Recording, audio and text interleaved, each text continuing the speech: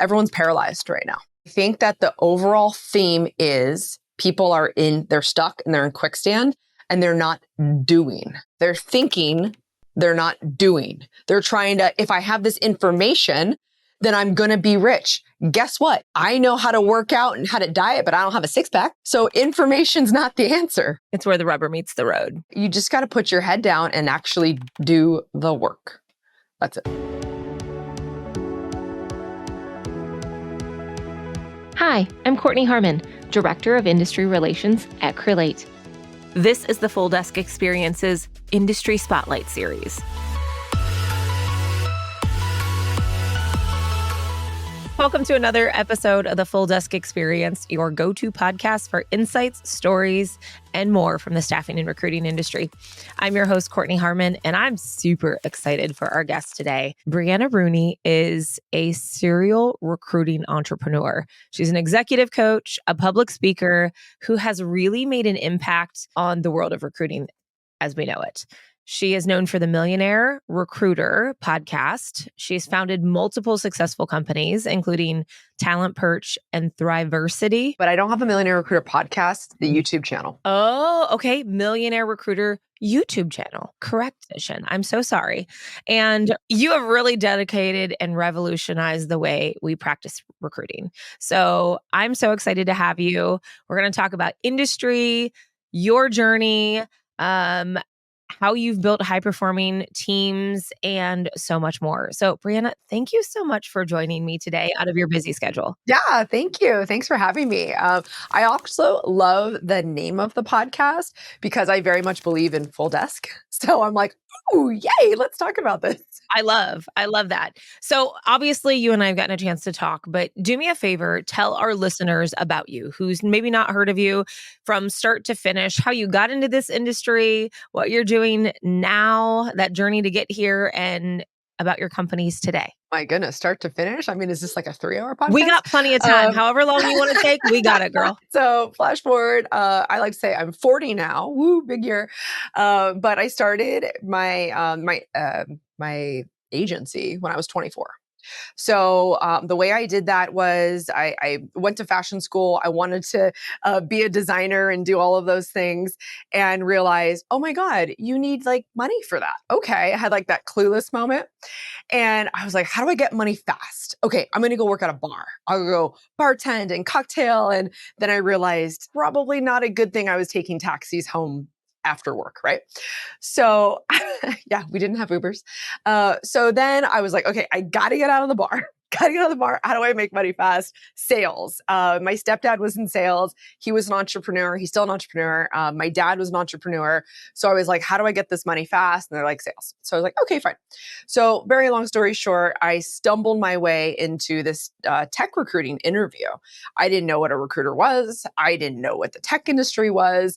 I used to get in trouble in high school. I wasn't even allowed to use my computer. So I didn't have any tech skills. And so naturally they're like, you can type, right? I'm like, of course. Anyways, so flash forward to that. I spent about a year there. And in my interview, the guy goes, he's promised me all these riches. I was like, okay. He's like, well, how much do you want to make? I'm like, I was 22. I was like, well, 300,000. And he looked at me and he was like, you're hired. Cause I was like, I was always told, like, don't say anything low because you just don't know what people are going to offer you and what you're capable of. And so I just went for it. I was really ballsy back then. So anyways, went in, I did make a good amount of money, not the 300,000 that I wanted. But I made 100 and I was really young and it was exciting and my mom was excited. And then I realized we're doing things really wrong. So something happened where I was like, you know what, this doesn't feel right to me. So again, being the ballsy person, can I cuss? Not care. Okay. Not give a shit kind of a thing. I walked out. So it was a Friday. I walked out. I was the highest performer and people were like, oh my God. So we all like met up at a bar and celebrated me walking out for, whatever reason. And my mom cried and she's like, what are you going to do? And anyways, I had no plan. I literally had no plan. I didn't think I was going to open up my own thing. And we're at a Laker game. So flash forward a couple days later, I'm at a Laker game with my stepdad, and he was like, "What are you going to do?" I'm like, "I don't know. Why does it matter?" Like, I was just kind of like, who cares? It's funny, like how you just think like that. I wouldn't think like that right now. But so he goes, "Well, what does your boss do for you that you can't do for yourself?" And again, never giving a shit, I said nothing. He goes, "Well, then why don't you open your own thing?" Well, my ex-boss at the time was like, "Do you have a job lined up?" I'm like, "No." And he was like, again, also baffled, right? He's like, "Do me a favor. Don't make any moves. I'm going to call you Tuesday." Okay. So I quit on Friday. He'll call me Tuesday. So I honestly just thought I was going to go back and work for him, that whatever problem I had was going to be solved. He didn't call me. So Wednesday morning, I opened Techies. I opened up my own agency. He called me a few hours later and I said, "Too late." And that was honestly it. So it was kind of crazy. It was like, you're like, I gave you a deadline Yeah. and it is what it is. All the signs pointed, I'm going to do this. Yeah. You know what? I'm going to give, oh, sorry, hit the mic. I'm going to give my mom credit for this. She always taught me, you never go back. So, and she meant with a man, right? Like it was, she was like, once you're done, you're done. Like you need to be real with that. And so I always had that with dating, even in my life. I've been divorced. I didn't go back. You know what I mean? Like, I've always thought that way. Like someone says they're going to do something, they have to do it. And if they don't, guess what? And so on the other side, if I say I'm going to do something, like my word's my bond, like I'm going to do it. I love. That's how I So began. you started that at 24. 24. Mm-hmm. And obviously you're not 24 anymore. Not obviously for any bad reason, but like talk to me about your journey into your agency, what you've done from there, because you haven't just done one or two things. Like you've been in this business. So I want to get into all the things you've done since 24. Yeah, I could get into all of that. So I was very content. So what ended up happening is someone that I worked with about a week later joined me as well. He was like, "You know what? You're right. I'm out of here. Can I want to be my business partner?" I was like, "Yeah." Like why not? So we worked out of actually my little room where I had roommates and everything. We worked out of my room. So we did really well, really fast. Which was exciting. And again, like when you're making that much money, you're like, everything's right in the world. Nothing's wrong, So I think my first year, right, we had to have made over 200, I believe, each. So we made 400, right? And that was super exciting. And I was really careful. I didn't once go back to any of my clients or candidates or anything. I like had that mission, Also, I was scared to get sued. And so it was actually my business partner who was like, "We need more." I was like, "Great. Well, like, we'll just keep getting more clients and we'll close more deals and all these things." He's like, "No, we need more. We need like employees." And I'll never forget. And I was like, "No, I want nothing to do with that. I'm content. I mean, I'm making over 200. We're now into like our half of the next year and we're going to make a lot more. We were like projected to make almost 400 each. And so I'm like, I'm good. Like I'm fine. We didn't even have an office. we're good." I ended up moving to a house. So then we had like a dedicated, space. I was like, "I'm good." And he's like, "No, that's the dream. The dream is to build." And so he was actually the one that got my mind into building. And I was like, okay. But here was my problem. I really liked doing it. So I never wanted to take myself out of that full desk seat. So I was like, okay. And I've realized something about myself. I'm quite controlling. I didn't realize it back then. I now know now with a lot of help. But I was really controlling and I wanted to make sure I also controlled the destiny and I controlled the training and I controlled our projections and I like all of those things. And at the time it was like, no, my work ethic is just really strong. But what it turns out is actually that's just my controlling nature, right? So which helped, which might be another different podcast. I'm not really sure. Uh, yeah. So anyway, so we hired. And what we had taken from our last agency is that he always hired in twos. And the reason that he hired in twos, because data-wise, only 50% works out. So you train two, you get one. And so that's what we did. And so we went from 2 to 4. Then we went from 4 to 6. Then we got rid of one. Then, so like we just kind of went back and forth. And I'm a big believer as an agency, if you want to keep your sanity and keep your profits high and cost lean, you're going to have about a 6-person team, maybe 8. Here's what's funny though. As I say that, I didn't do that. So I kept building and building, and I got to, well, okay, hold on, let me not skip a step. I ended up buying out my business partner. So I think we were 3 years in, 4 years in. Honestly, I don't really remember. So let's just say 4 years. We were 4 years in, bought out my business partner. He did not have the same mentality as me. We still talk kind of a little bit. So like we're no bad blood. There was at the time, but we didn't have the same thing. We didn't want the same things anymore. And we didn't believe in how to build. We didn't believe in how to train. So there was just that like disconnect. And so what I did was the same kind of thing that I did back then is I left it all on the floor and I said, I'm out. I'm done. You can have it. He's like, what do you mean? I go, I'm out. I don't want to do this with you anymore. I'll go build my other agency, waive my non-compete, and I'm out. And he's like, you won't walk away, because my license plate at the time said techies. Okay. I live, sleep, and breathe techies. So he called my bluff. And I was like, I'm out. So anyways, long story short, he's like, no, techies is yours. So he admitted, he was like, this is your baby. You waive my non-compete and pay me. So paid him, long thing, won't get into that. Paid him a lot. He left, built his own agency. And I literally said, you have the floor. You can take anyone you want. Anyone you want. We had, I think, probably 13, maybe 15 people at the time.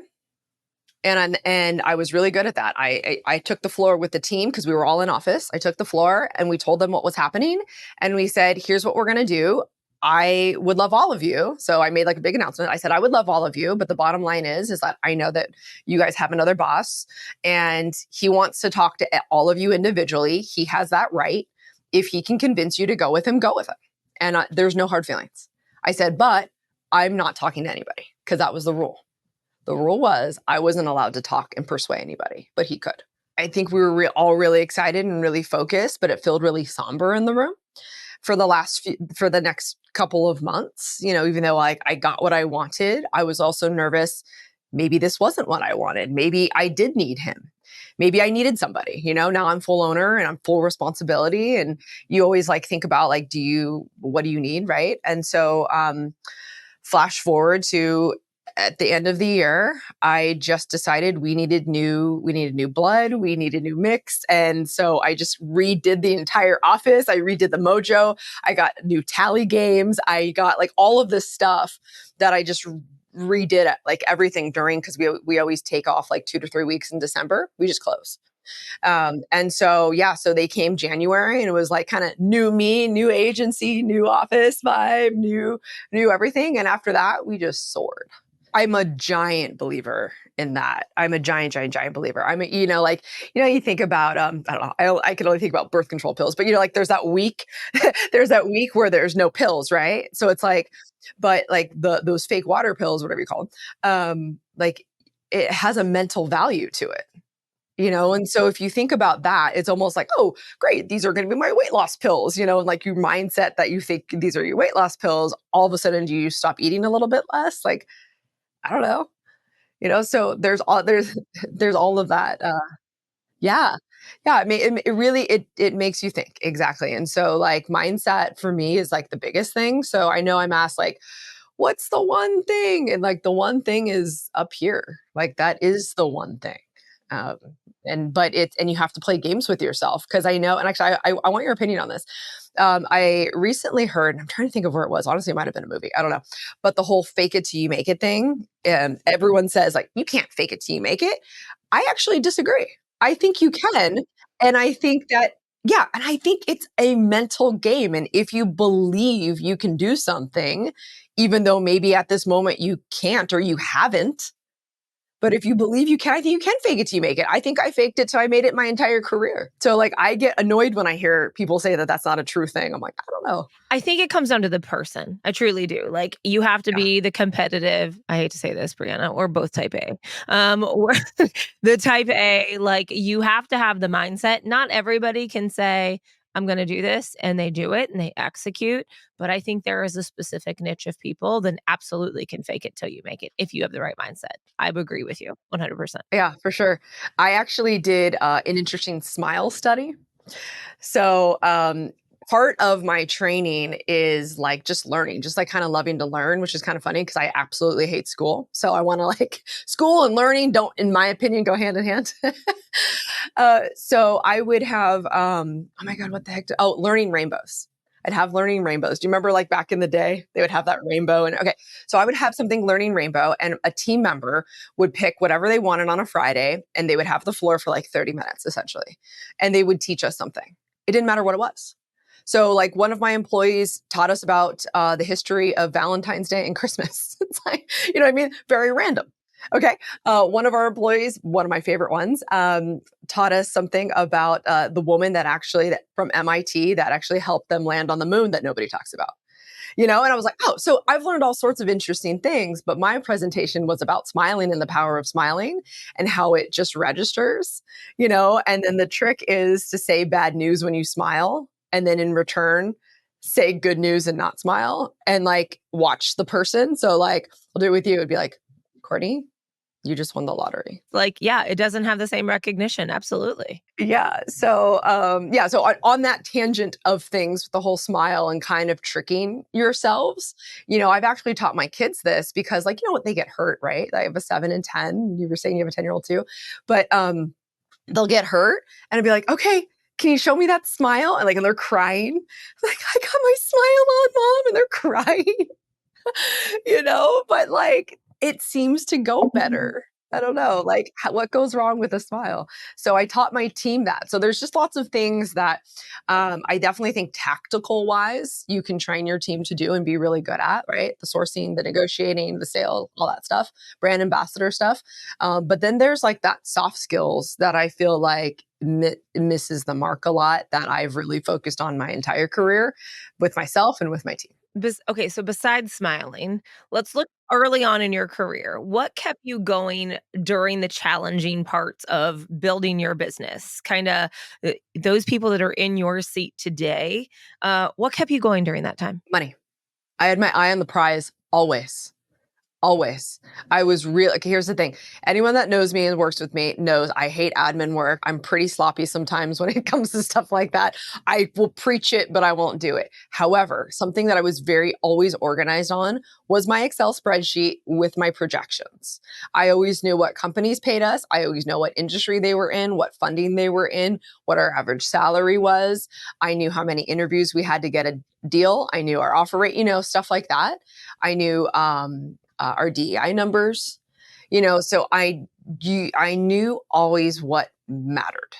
And I knew like activity was always that it still came down to a numbers game, but I knew how to pull out fake busy.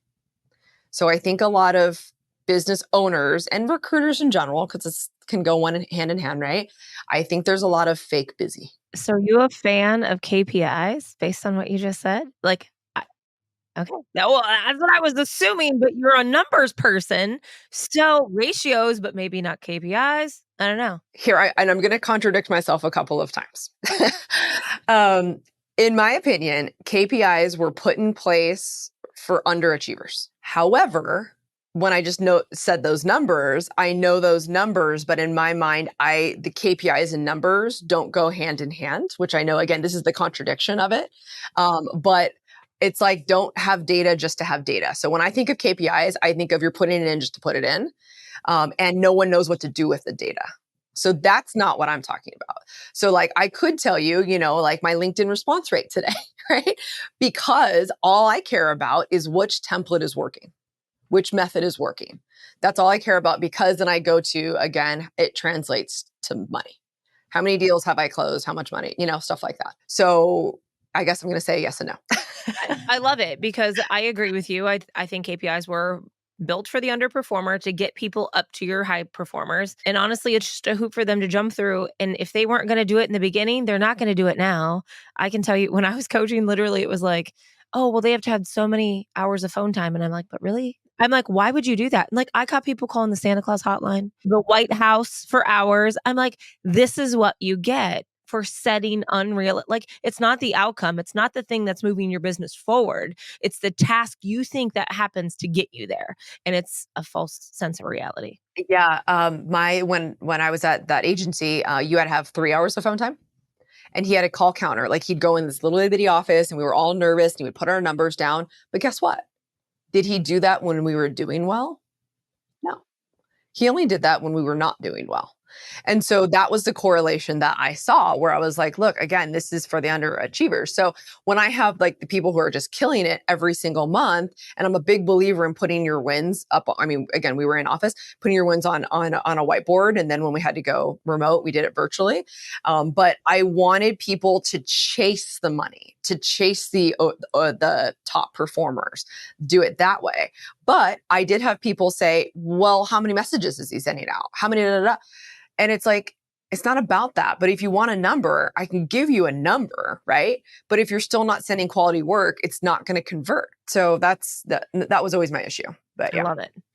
I love it. I agree with you 100%. I think KPIs is a hamster wheel. So there we go.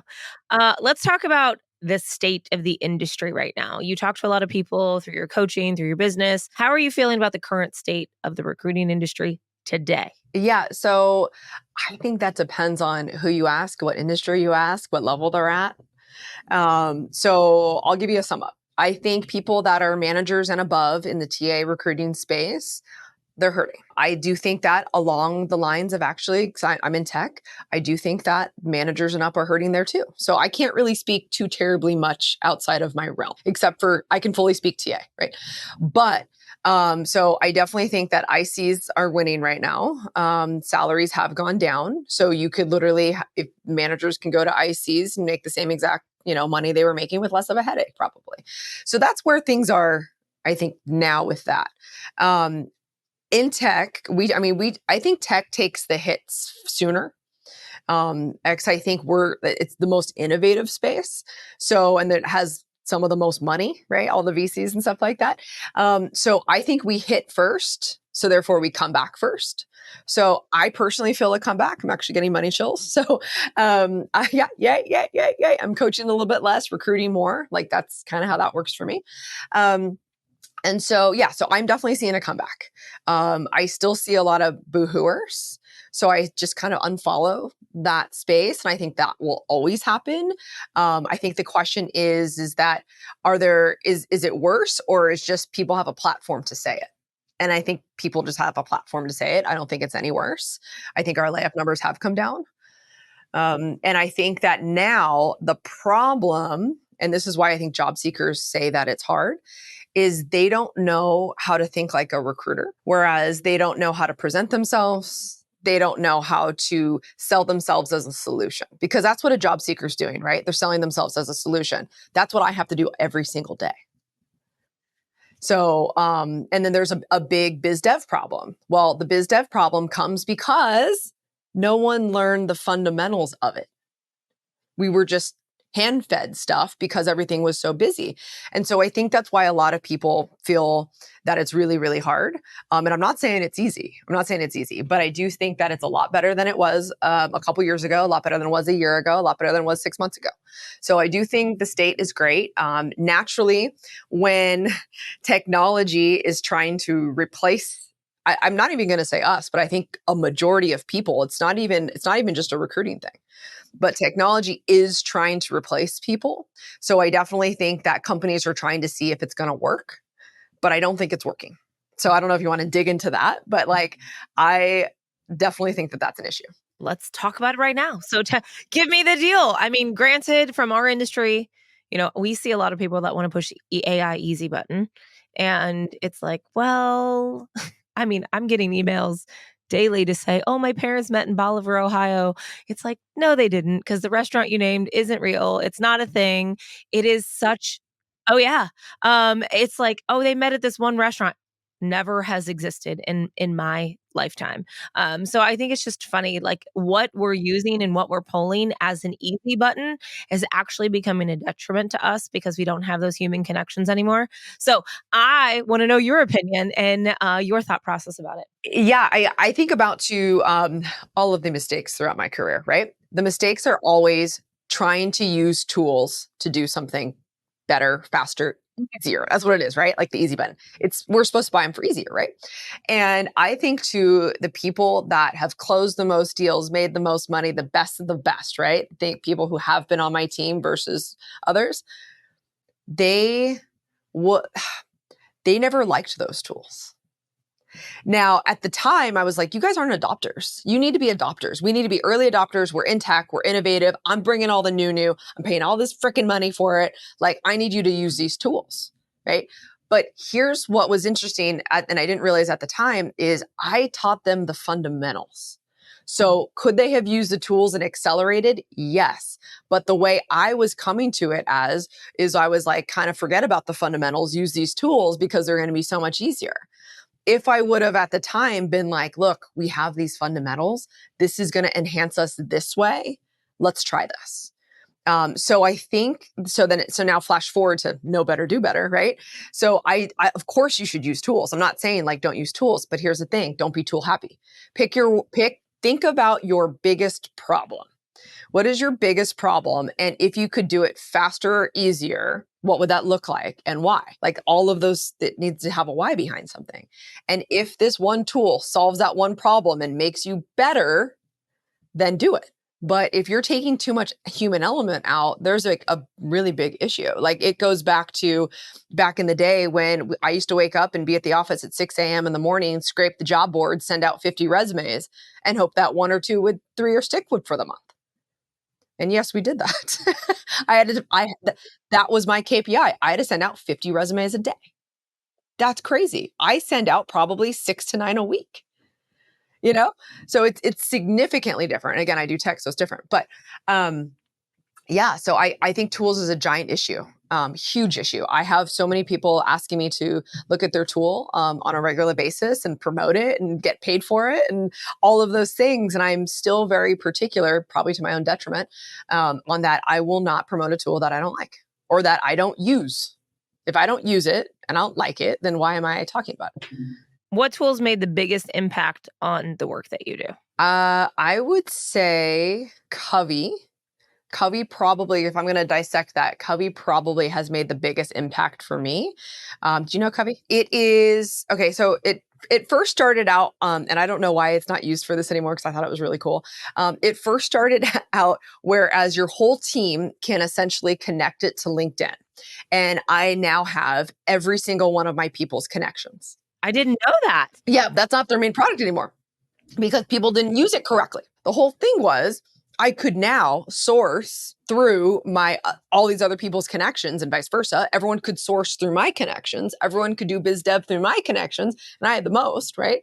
So I thought it was a gold mine. So that was really cool. So that's how I started with that tool. And then now it has morphed to a lot more. So now it's an extension. So if I'm on your LinkedIn, for example, I can put you into a sequence like very easily, right? And I think like most ATSs at this point can do that, right? But the game changer for me was their AI bot that sources.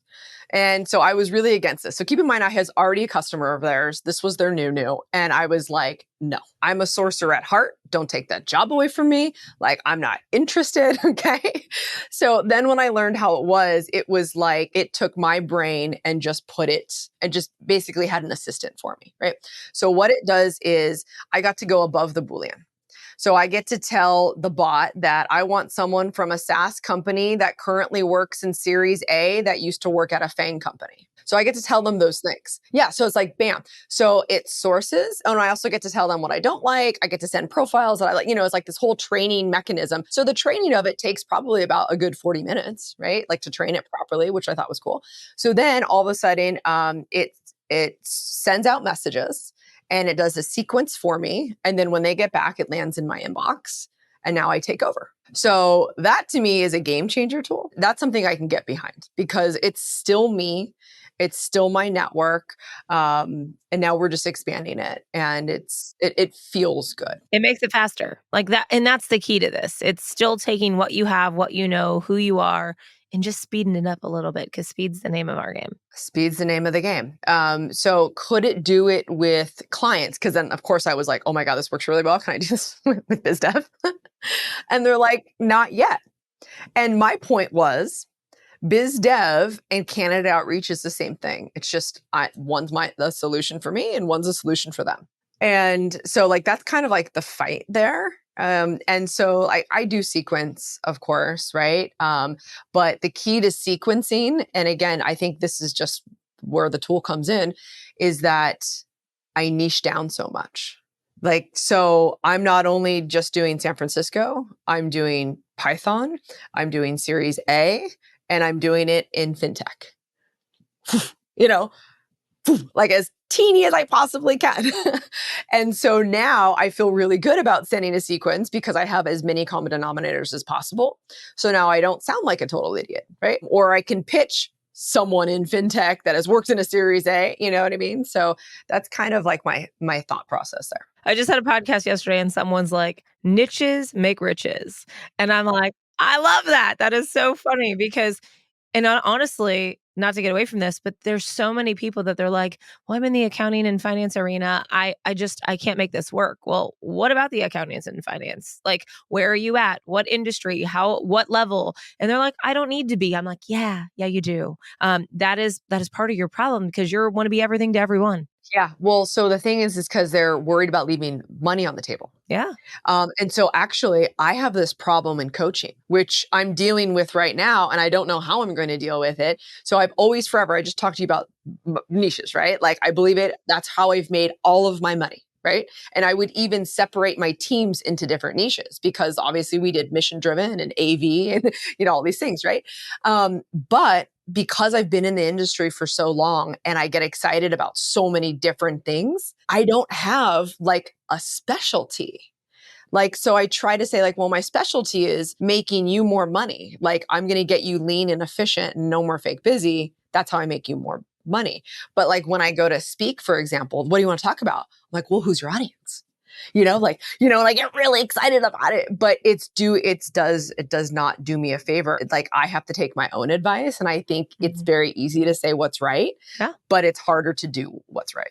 So I love it. Yes, I'm struggling there. But I love it. I love the honesty and thinking about it. You're like, I'm good in this area. I'm not good in this area. And I always joke with my husband. I'm like, the first step's admitting I'm here, but it's really like understanding so you can figure out your next solution. So I love that. One more question on tech and we're going to move on. Any trends? Obviously AI is a thing and that's the only thing out of anyone's mouth, but any tech trends recruiters should be paying attention to right now? So are we talking about tech recruiters or are we talking about like just the tech tools kind of thing? I'm going to let this up to you, however you want to answer it. Oh, that's so interesting. Okay. My mind's going a couple different places. Okay. Yeah. So trends. Trends, well, it's noisy, right? So we got to cut the shit. People still don't want to do video. And I think that is not good. I think that people get in their own way, but let me talk about a controversial trend. That's where I'll go. Everyone thinks branding and marketing is what will win as far as recruiting goes. We've always had to be brand ambassadors, right? Like that's been our job forever. We just never really spoke about it. And then to say that if you don't have a voice on LinkedIn, you're not going to do well is insane. I think that people need to do what makes them feel good and what comes naturally to them, because that's where they need to spend their energy. So for example, someone wanted coaching the other day and they wanted it on biz dev and they're like, I know what you're going to tell me. I need a post. I only post once a year. Da, da, da, da. And I was like, I'm absolutely not going to tell you to do that. And they're like, what do you mean? I'm like, how long would it take you to put out a post? Oh, probably like an hour.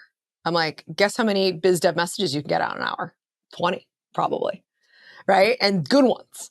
So, so I think that's controversial because there's so many companies and so much going out to, you need to post once a week. I mean, LinkedIn tells you got to post once a week. You got to do all this stuff. But then there's a lot of people that says you have to post once a day. And then they're giving out, thank goodness they've stopped the whole LinkedIn voice thing. Oh yeah. But, which by the way, I will tell you, I got excited about it. Once I saw someone had it, I'm like, I need to have it. And then I got a couple of badges and I was like, that was stupid. Like, it was too easy also. Like, I was like, what is this? Anyways, so my point is that people are focusing on the wrong things. and they're not focusing on the results. So it's like, is what you're doing giving you the results, or is it back to the fake busy shit? I know people that spend all of their days in these webinars. And I think that there comes a time where it's like, you know enough, now go do it. I would say trend, sorry, I'm totally tangenting here, but I gotta say this last trend because I hear it so much, it kills me, is everyone's paralyzed right now. Too much? You mean they're paralyzed from the tech, or there's too many things to do? I think it's both. I hear both, but I think that the overall theme is people they're stuck and they're in quicksand and they're not doing. They're thinking, they're not doing. They're trying to, if I have this information, then I'm going to be rich. Guess what? I know how to work out and how to diet, but I don't have a six pack. So information's not the answer, right? It's where the rubber meets the road. Yeah, you just got to put your head down and actually do the work. Do the work. Okay. That's fair. I like it. Well, guys, that's all the time we have for today's episode of the Full Desk Experience. I want to give a huge thanks to our guest, Brianna Rooney, for sharing her incredible journey, insights, and vision of the recruiting industry. Honestly, Brianna had so much valuable wisdom to share that our conversation ended up running over an hour. So to make sure you get the full in-depth of our entire talk, we're splitting this episode into a 2-part special episode. In the next installment, we're going to dive deeper into the latest trends, innovation, and we're going to really figure out how firms are adapting their strategies. So be sure to tune in next week for part 2 of our conversation. Until then, keep pushing the boundaries and making a difference, and we'll see you soon on the Full Desk Experience.